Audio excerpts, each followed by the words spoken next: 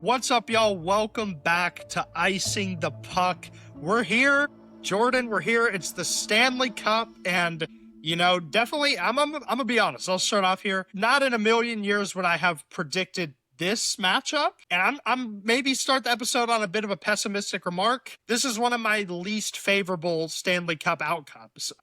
Not even, aside from the fact that neither of our teams are in it. Yeah. Obviously we're known to be Carolina haters. Yeah, this is just straight up a lose. Yeah. This is a lose-lose situation for us as fans. With that being said, we are going to give our Stanley Cup predictions. Jordan just said before we started the episode, I think we probably have some different predictions. I'm interested to hear what you got to say, but we have a few pieces of news that we're going to get into. First of all, you cut me off. You can't do that, man. The episode starts the same way every time. Jordan, My bad. How are you doing, man? I'm good. I'm a little still disappointed that my team's not in the the Stanley Cup final, but hey, it is what it is. You move on. Always next year.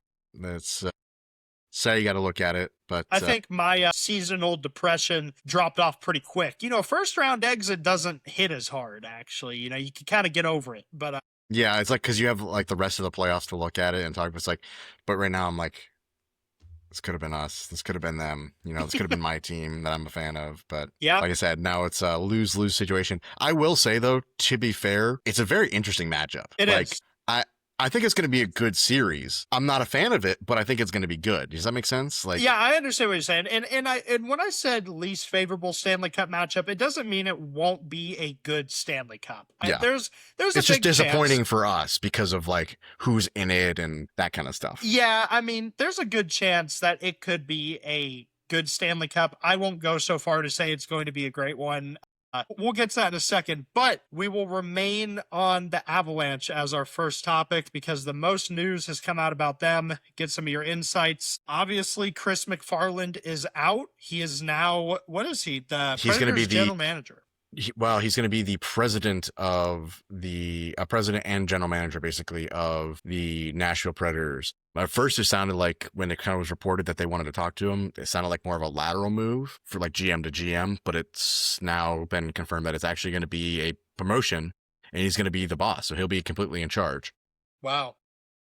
I mean, it's pretty good progression for him. He went from 2022 getting promoted to the GM of the Avs after they won the cup.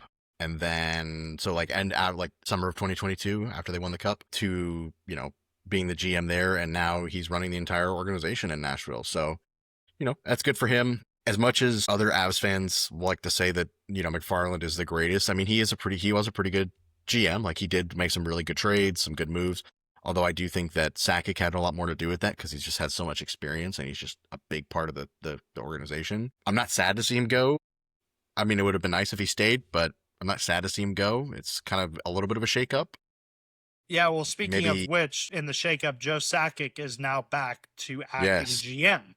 Yes. So I'm here for that. I really do like Joe Sakic. One of the best, if not the best right now, as of right now, the best Colorado Avalanche in history. Yeah. I think we had a clip a long time ago where you talked about like, is Nathan MacKinnon set to be the best Avalanche, which I think at the end of his career he probably will be, but as for right now, Joe Sakic still holds that title and I'm okay with it. He led the team from I think mid 2010s, somewhere like that, like 2013 2014 is when he took over as GM. Yeah, all the way to the cup year, and then was the GM all the way through 2022 and then got promoted. And then so I mean I'm okay with McFarland leaving. I get it. He wants to go run his own show and whatever. I think it was maybe a little bit of a, not blame, but like there had to be a little bit of a somebody to move on from. And, buck stops with him a little bit because he was in charge of it.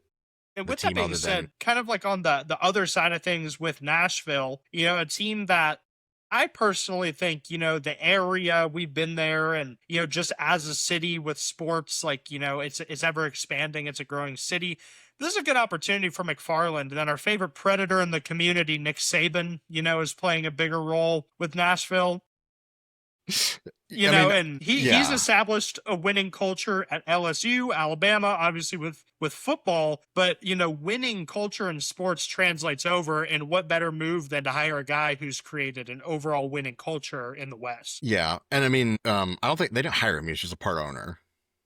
He doesn't Well, technically work for them. well, what He I'm, just but owns them, he's but he's in become the more organization. involved in Yeah. decisions the past few I months. will say that I think it is kind of a good move on Nashville's part of getting in, like bringing in a new GM, because they went from a team that was right on the cusp of being like a consistent playoff team. I mean, they went, I think it was like 3 years in a row they made the playoffs, and they were like kind of starting to build their roster and looking good, and then all of a sudden they just imploded last season, like completely. Yeah, I personally, I think, and this is not to discredit Barry Trotz, who was just the acting GM of the Predators. Obviously, he stepped down for I mean, whatever he reason. did a good job this past season. They did okay. I mean, for Yeah, but being it's almost like shoved in there. he was almost like a desperation hire. Like, let's get this guy in who knows so much, has been around Yeah. the game for decades. And, Yeah. He was probably not, his head wasn't all the way in it, not to speak for I mean, him. it was but definitely a placeholder move for sure yeah. until they could get some, and now they have it. I mean, Christmas Farley is not a bad GM by any means. No. I mean, he has won, I think I think one year he did win or GM of the year.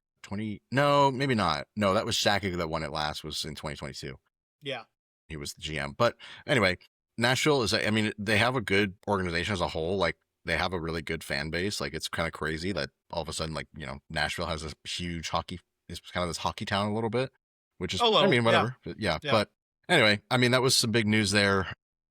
Kind of sticking with the Avs. The other news that kind of came out today, it's been confirmed Jared Bednar is safe. Yep, he's sticking around. He has one more year on his contract, and I think this is make or break for him, because if he doesn't do it, I mean, they're definitely not going to bring him back. But if he does win them a cup, then he might get an extension. Or if they do well, and I don't know, there's a lot of ifs, or what ifs and that kind of stuff. But he's safe for another year at least. And I think this makes it, I mean, if I were you, I'd be very, very excited because, Bednar, obviously a key piece to this team. And in my opinion, probably yours too. I mean, I think he is one of the best coaches in the league. It's why he's one of the longest tenured.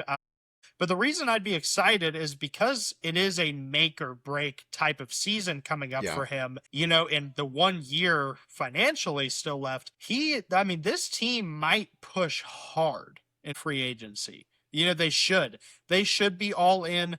They should be trying to add pieces that will help them win especially the if the cap goes up. Well, they have a lot of re-signing to do this season. So that's some stuff there. Actually, I mean, only a couple. There's only a couple people that they need to re-sign potentially, but it is cup or bust though. It is cup or bust for Bednar. My takeaway from this, and what I hope is going to happen, is Bednar seeing all of the speculation of him getting the boot and being out, and the major complaint being he has no game, he doesn't change his game plan. He mixes up his lines, but they don't change, there's no coaching direction on how to change their play or anything like that. Yeah. And I know that a lot of that comes down to the players, trust in the players, but also he needs, I'm hoping it's kind of a little bit of kind of a reset, or kind of a awakening of sense of hey, maybe I actually need to do a little bit different. Maybe I need to, they might not be listening to me, but maybe they need to listen to me. Maybe I need to get on these guys and say, be more of a voice, be more of a voice. Exactly. Yeah. But listen, I'm in charge. We need to change it up. We need to do this. We need to do that. Yeah. If this isn't working, you can't just skill your way out of this. You have to do and play. Well, play the hard stuff. That's 100% obvious at this point. I mean, the conference final just now proved it. The Avs, no matter how crazy this roster was, you can't skill your way out of it, because look at Carolina. Do they rely on the skill of their players as much as they do just their style of play with blocking shots, aggressive forecheck? And same with Vegas. I mean, Vegas has this system that they've had in place forever, and it's just been refined with Torts. So I mean, I think it's more of they have a system and their guys play to that system. Because when you watch some of the players on both of these teams play one-on-one, or in sense where they're not playing the exact same, the exact system that they're normally doing, they have high skill guys who are not playing down in the skill level, but they're doing their part. They're not trying to be the highlight reel moment. I mean, it happens because like they're such high skill people. Yeah. But Yeah. but they're playing the system, they're playing to the game plan, and it's working. And that's been the struggle of the Avs, is they just refuse to adapt. Yeah. And they refuse to change it up based on other teams. And that's most of their losses in the regular season came from that exact same thing. It was the refusal to adjust. Yeah. And obviously you're not going to do that with every single game. Like winning every game is crazy, but yeah, you know, it's there's room for improvement in their overall play, even in the games that they did win. You know, it's like eking it out by 1 goal is not the way you want to win. You want to win by 5 or 6 every time. Like that would be awesome, you know? Yeah. But anyway, so yeah, Bednar's safe. I agree that I think I get where people are coming from saying they want him gone and like he needs to be done. I also get hey, he's been here a long time. Like, look where we were when we first got him. Look where we are now. If you think about it, it's like winning a Stanley Cup is hard. It's extremely hard. Of course. You can't win one every year. And making the playoffs is hard. Making the playoffs consistently every single year is hard. Yeah, you not the same team doesn't win the Stanley Cup every year. You know, it's difficult. I mean, you have to win a lot of games in the regular season. You have to perform in the playoffs. And I mean, if you looked at it that way, it's like, well, he hasn't won a cup. He hasn't won a cup. Like he won one. He won one. Obviously, it's a little disappointing that this core of players hasn't won multiple cups, but hockey players are good. All the other teams are really good now. Like they're you know, it's not about just one player. If it was one-on-one, yeah, of course if it was best on best, like the best player of each team against the best player of Colorado and stuff like that, you know, you definitely probably would have a little bit more because they have good players. Yeah. But it takes more than just three people to win a Stanley Cup. It's the entire team and it's the entire system. So yeah. And as much as I'm disappointed in this season, you just got to move on, like on to the next season, on next year, like especially as a fan, you have to. You can sit here, I can sit here and complain about it and you know, cry about it and be upset. It's not going to change anything. I'm not there talking to them. I'm not the one coaching them. Like I just watch them on TV. Should be. Yeah, absolutely, absolutely. I've said it multiple times, bro. I could not be a coach. I would get banned from hockey for like so quickly. Be like, all right, guys, we're losing this game. You know, get the extra sharp skates out and let's go for some injuries here, guys. As much as I would love to stay on the Avs all day, as I'm sure you would, we have 2 more small things to cover, then we're going to get into the Stanley Cup. First one, it's been announced today. Zach Werenski has won the Norris Trophy, and yeah, I'll go out and say well-deserved. I'll say well-deserved. I'll say it too. I totally called it. You did call it. Is that one of your predictions? Yes, it was. At least one of us got one. At least one of us got one, you know? Yeah, so bro. I think I might get one. One. No, you got the... You said Nathan McKinnon for the... No, I said Connor McDavid. Wait, for the Hart. You think Connor McDavid's gonna get the Hart? McKinnon's probably gonna get it. I think he's gonna get it based on the regular season and the playoff performance that they did have. Because Kucherov disappeared. McDavid disappeared. McKinnon kind of disappeared like towards the end there. But McKinnon also has the Richard backing him up too and all that. But, so I think he's gonna get the Hart. I totally 100% deserved by Zach Werenski. Yeah. I think he was snubbed last year, just saying. Yeah. No, I mean, this year, great year. I mean, 22 goals, anything over 20 goals is really going to get you in the top 3. 59 assists, 81 points with a +7 plus minus, because I feel like Zach Werenski is talked about a lot for his offensive play, but he contributes just as much defensively, and he is the core player in Columbus. I think they build the team around him. So yeah, I don't know if they can take it into account, but the Olympic performance. I was just about to say the gold medal. I think that does add to it. Like, it's a great year, and I think not necessarily from like they can't look at it from that adding to like his skill level and stuff like that. Like that's just separate, but the notoriety and like the you know that he got from that, like it put him on the radar for a lot of people that didn't know who he was before, and there was a lot more talk about him after the Olympics. Well deserved though. I mean, I'm a big Zach Werenski fan. I really like the way he plays. Mm-hmm. Extremely, in my opinion, still an underrated player. I was just about to say, I feel like even though he wins this Norris Trophy, because he plays for Columbus, people kind of just forget about him. But he is a top 3 defenseman in the league, and obviously this year he's the top defenseman. Yeah, so. Yeah, and from both his offense and defensive play, he's a really good, like, balanced player. He is, and I think that that's a perfect player to build your roster around in Columbus. And hey, you know us, big Columbus guys. Yeah, always. So Dude, congrats to I'm Zach. just thinking I should look for one of their alternate jerseys. I really want one actually. Dude. The Cannon I one. feel like I've The said it so many Cannon times. mentioned. Bro, that Stadium Series jersey, or was it when it was Stadium Series when they played Detroit with the cannon on it? Should just be their full-time jersey. I think we talked about it that one time where it's like that logo should just be their primary logo, and they should do like tan and navy as their colors. Like it goes so hard. The red, white, and blue is awesome, but the red is such a like smear. It's not really in the uniform that much, and the red pants don't really fit. I think they'd be better off all navy, but we're not going to speculate on unis all day. We got one more thing to talk about. Just going to get your quick opinion on this. It's been announced officially that the All-Star Break format has changed. It is going to be a youth-focused skills competition with 10 players aged 25 and under. Obviously, the league is trying to put a bigger spotlight on the new era, the younger players who are going to be the face of the league. I think that's smart.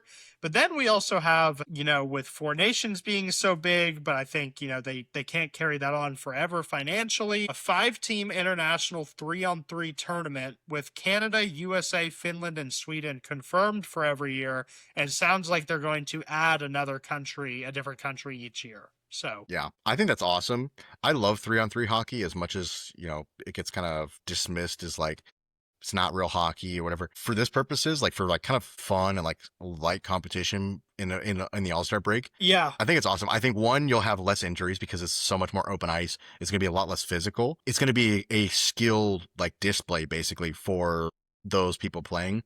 You're also probably going to see super high scoring.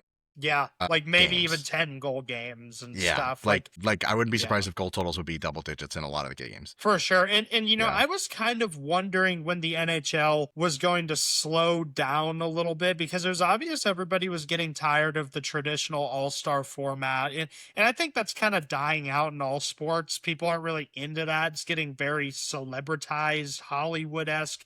But then you can't continue doing best on best tournaments every year because then you're going to have players hurt all the time. So yeah, it's too taxing, and it's like it takes too long. Like they did that, and it was like instead of All-Star break being like a week and a half or 2 weeks, it was like almost 3 weeks for Four Nations, wasn't it? Yeah, and then Olympics was and a month. Olympics was so like that was crazy. Yeah. But I do like the 25 and under thing because you're constantly going to have players like aging out and new players coming in. And it's not going to be like, as much as we love those players that have been, part of the league for as long as they have, you're not going to have like, McDavid, McKinnon, Crosby, like you're going to have like new people in there and new leaders and the new faces of the league. Well, none of those guys that you just named could even participate. That's what I mean. You're not going to see them in that. And you're going to have like the younger guys who Celebrinis, Bedard. Exactly. Yeah. And as soon as they get to that age, they're gone. And then you have the even newer guys. So I think it's awesome. I think both are a great idea. This is a format that could realistically last for the next 5 to 10 years. Yeah. And be instilled. But yeah, I don't mind it either. Now it's time for the granddaddy of all, the Stanley Cup Final. Time for us to give our predictions, man. I don't know where you want to start with this. Obviously, I'll break it down a little bit. Vegas is a team I don't think many people saw getting here, but they're here. It has been a little bit of a battle for them in the playoffs. But, I think and people are going to say this is a cope, this is an excuse, but they got a beat-up Colorado team in the conference final. Colorado is great, but I think they definitely got them at their worst. And then you have Carolina, who this has not been a battle for them. This has been a cakewalk for them. I'm going to say it, but to their credit, it's been a cakewalk because they're so good. Now, you could debate playing Ottawa and Philly, and a young Montreal team. I get it, but Carolina is legit that good of a team. And to Vegas's credit, they are a good team. I think since they've made the coaching change, a lot has changed for them. And here we are, the Stanley Cup Final. I'll let you go ahead and start. I mean, I want to hear what you have to say. How many games is it going to go to? Who do you think is winning the Conn Smythe? Who do you think are going to be some unsung heroes? And tell me how you think give me the breakdown. Who's going to win each game? God, each game? Just throw it out there. Just spitball. I don't necessarily know if I'm not going to go back and forth like Okay, game one, game two, whatever. Yeah, that's okay. I think Vegas in 6. Okay. Oh, whew. All right, easy, Tiger. Easy. Slow down. Slow. All right. Explain. Why? As much as we look down on Vegas this season, they still did make the playoffs. They still did win their division. I definitely think they had they should have had a cakewalk of a division. Like, the Pacific Division is trash. However, they did what they needed to do. They made the playoffs. They won all the games they needed to win. They swept Colorado, bro. Like, as much as Colorado beat up, whatever, like you said, not trying to make an excuse for, like, a beat up Colorado still should have beat Vegas, and Vegas swept them. So they're a lot stronger than we thought they were. And they've only gotten stronger throughout the year since the beginning. They started, and that's where it comes from. Like, they started on a hole, like they dug themselves a really deep hole at the beginning of the season, and they climbed all the way out of it to win their division. And the coaching change did make a difference, as much as we didn't have that big of a sample size in the regular season. But since then, I mean, it's been a pretty significant, win-loss ratio with the change. But I think that the overall kind of experience, and like Vegas is like, we've been here before. We've done this multiple times. We've won it once. We've been here a bunch of times. I think the experience will prevail. I think Carolina might get a little blinded by the spotlight a little bit. They might kind of shy away from the pressure because they haven't been here before. This is the first time they've won a playoff series or a conference final series since they won the cup, in 2006. Yes. Exactly. Yeah. So none of these people have been here before other than their coach. None of the players have been in this position before. They do have some younger guys on the team too, who are have been nowhere near this level of pressure. Vegas has a big part of their team has been in this exact position before against, teams who are just as tough as Carolina is. I mean, Carolina's a good team, but I don't know. I think Vegas, as much as I hate to say it, I think Vegas is gonna pull it out, and that's why I said 6 games, because Carolina's a hard team to beat, and I don't necessarily think it's gonna go to 7. I think it might, in my mind, it's gonna be Carolina might come out hot and win the first game, and then I think Vegas is gonna win 3 games, and I think Carolina's gonna stave off elimination. And then I think Vegas will win it in 6. Wow. Very interesting prediction. Who's your Conn Smythe? Throw that at me before I start spitting. Mitch Marner. Okay, that's kind of what I was thinking you were going to go with. Yeah, I don't think there's any... Mitch Marner or Dorofeyev. Either one of those two. But I think Mitch Marner, just overall has performed better. I would say Marner or Hart, but I don't think the league would let Carter Hart get a Conn Smythe. Yeah, that's... in your prediction, I think Mitch Marner... Yeah, I mean, as much as Carter Hart has done for the team, I don't think he has put on a really good performance. Like his play has been really good. I think the team would still win without him. I think the team would still win if they had Aiden Hill in goal. I think it might have been a little bit tougher for them, especially against Colorado, because he did really shut down Colorado. I mean, yeah. But I still think Marner was more important to this cup run. For sure. I did like his, sure. I'm a big Marner fan. I really do like Mitch Marner. I did like his, if we win the cup, I'll reveal the dark days of Toronto, dude. He's like, I'm going to open up the book of my secrets, and it's going to do an expose, basically. He's it's going to be one of those arc, man. He's in his Joker era. Honestly, dude. Yeah. But I'm here for it. I'm ready to know. It's what is it actually like in Toronto? Dude, what if he bad. I can imagine, dude. Dude, poor Gavin McKenna, right? Yeah. Gavin McKenna. Yeah. Dude's career's over before it even started. Yeah. But you were correct. We have different predictions? I knew it. I knew we would. We do have different predictions. I am going with Carolina in 6. Okay. I think Carolina is on the same level as the Avalanche. I think Carolina has been one of the best teams all year. I think they proved that beyond a doubt the second the playoffs started. I'm be honest, it has been a hot minute since we have seen this much pure dominance in the Stanley Cup playoff. This team has only lost 1 game. A goaltender who has been counted out his whole career in Carolina has stepped up to the plate with a good defense in front of him, obviously, but Freddie Anderson has really put on a show. In Carolina, for years and years and years, a big gripe that both of us have had, we said the reason they don't make it far is because they don't have that superstar player. They don't have that one guy that could get them to the cup. You know, even Vegas, you could argue, has the Eichel and the Marner. I mean, those are two guys, you know, that they lean on. Obviously, a bunch of teams have their guy or guys, and Carolina tried it. They tried it, and it didn't work. And my team ended up with the guy that it didn't work with. And right now, this is a monumental moment, and this is very tough for me. The Dallas Stars did not win the Mikko Rantanen trade. The Colorado Avalanche did not win the Mikko Rantanen trade. The Carolina Hurricanes have won the Mikko Rantanen trade with the better player getting them in the better position. Now, obviously, Mikko Rantanen and Marty Necas are more talented and put up more points than Logan Stankoven, but Logan Stankoven fits the Hurricanes to a T, and he has been a huge piece as to why they are in the position they're in now. And I'm willing to swallow my pride and say all of this on camera. Even just getting to the cup has shown that they've pretty much won this trade. If they win the cup, it will really solidify the winning the trade. Can you really say they won the trade when they kind of blundered their way into it? They kind of lucked their way into that? Yeah, but, you know, things happen. It's all about where you They readjusted. You ever seen the Matthew McConaughey Lincoln commercials? It's not about the it's not about the destination. It's about the journey. You know, like it's this journey they've been on. You know, here they are, like it's a big moment for them. And, you know, I think, here's how I think it's going to go. I think Vegas is going to win tonight. We're recording before the first game, by the way. I'm pretty sure it's started now, but... Not yet, of course. Never starts on... These games never start on time. I think Vegas is going to win tonight. I think they're going to silence the crowd in Carolina a little bit. And then I think Carolina is going to win 2 games. You know, Vegas will win another one. And then Carolina is going to win another 2. That's kind of how I picture it going. And yeah, I think most of these games will be kind of close. I want to say that. I think both teams match up pretty well. Like their styles of play match up pretty well. They both block a lot of shots, aggressive forechecks. You know, Vegas is more of a setup team opposed to Carolina, who kind of just, you know, is aggressive with their play, how they've always been under Brenda Moore.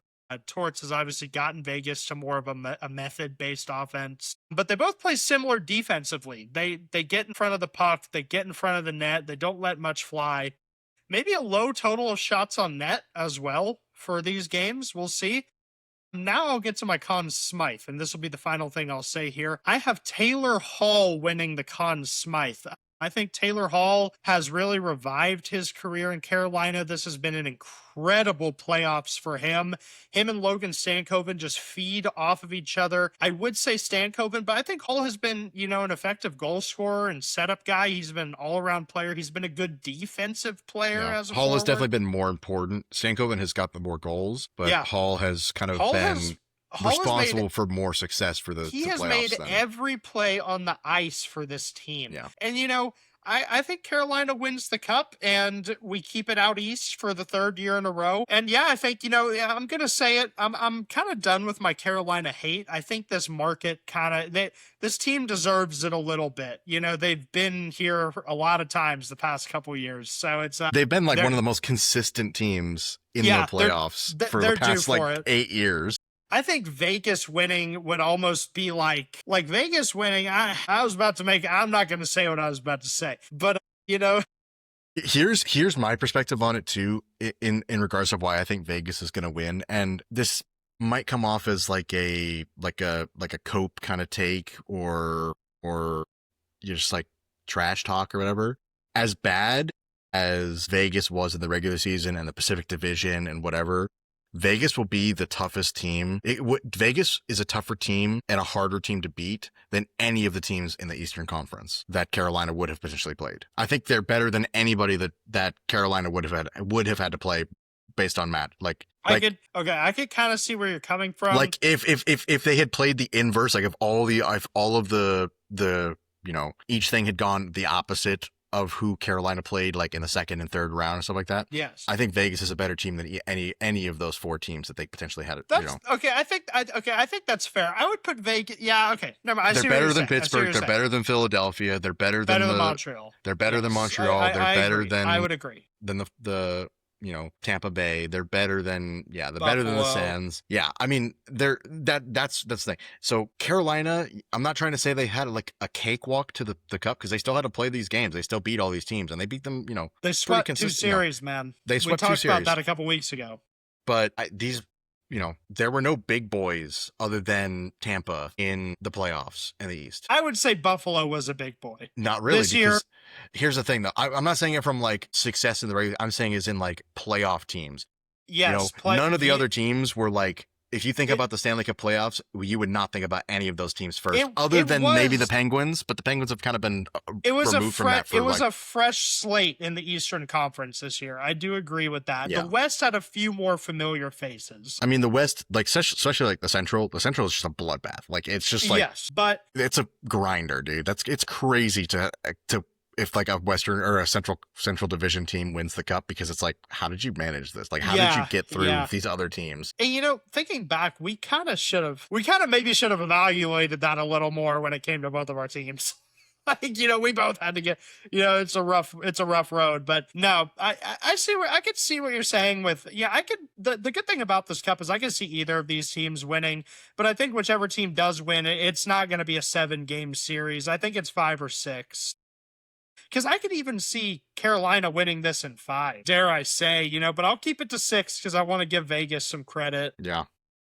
But yeah, I mean, it should be interesting. I'm ready to watch this game. Yeah, Carolina is some playoff overtime merchants. Yeah, maybe Imagine having to go to overtime with Montreal and the Sens. And hey, all the credit to Montreal, my Canadians. I'm just glad no Canadian teams are in the conference final or the Stanley Cup final. I'm sad.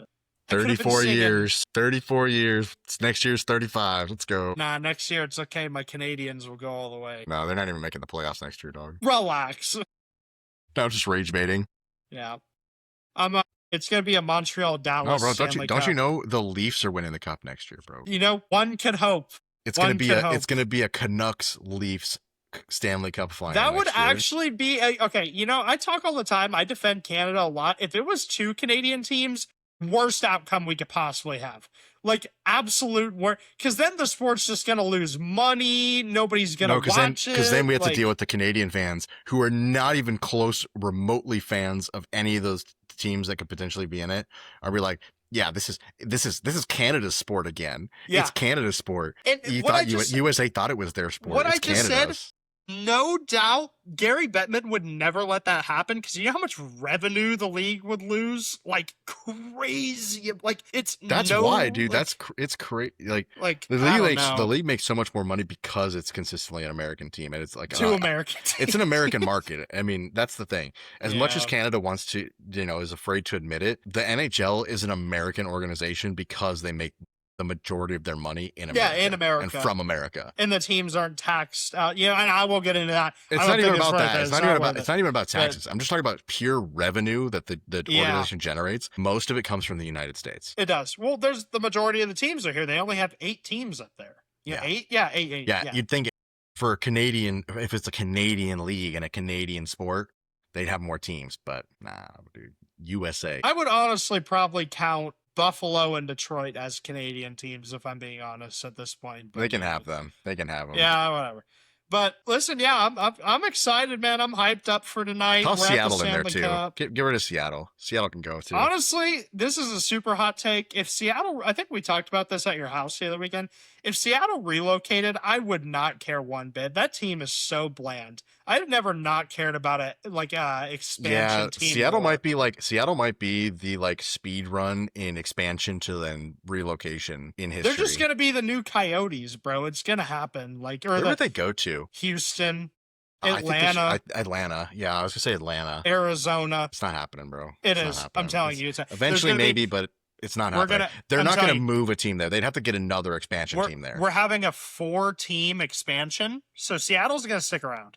But I think it's going to be Houston. They relocate. Yeah, maybe eventually. But I think it's going to be Houston, Atlanta, Arizona, and possibly another Canadian team. If it's not, then we're probably going to get maybe another California team. Bring back Quebec. Yeah, I mean, you would hope, but the market is not. I don't know. Anyway. tons of speculation. But listen, it's Stanley Cup time, y'all. Here we go. Everybody, I hope you enjoy watching this first game as much as we do. I'm about to go grill up some steaks, have the game on, have me a nice glass of dry red wine. It's going to maybe 2 or 3. It's going to be a good night. Dude, we need to get you a wine cave. Like, what's his name from the Dude, the yeah, Alpha Seed broadcast? I know. Dude, I'm starting to... We can end the episode off on this. I'm becoming a bit of a wine connoisseur a little bit. Becoming a sommelier? Is that what it's called? Somalian? Sommelier. I'm a sommelier. You know, I bought my first... I mean, I've bought wine before, but like as gifts for people. Yeah. But I bought my first bottle of wine for myself the other weekend. I should buy you. I should get you a decanter, dude. I feel like you'd be. Dude, that would go kind of hard. Yeah. Oh, you guys got that nice like that thing in your kitchen, like along the wall there. Yeah. That'd be really that'd be perfect for like a nice big like. It's where we keep all the wine. The glasses are up there. Yeah, dude, it'd be a nice like a little decorative decanter thing right there. Sorry, that's getting off topic. No, we're going a little crazy. Everybody, I'm ready enjoy for the Stanley Cup. Yes, we will see y'all in the next one. Thank you for listening. Once again, follow all the socials, link in the description. Subscribe, follow, like, send this to everybody. Thank you for all the engagement on TikTok. We're coming back to the Instagram. Don't worry. Been a little slow. We're busy guys. I'm in school working. He works. That's how it goes. But we're coming back. Thank you so much, and we'll see y'all in the next one. See ya.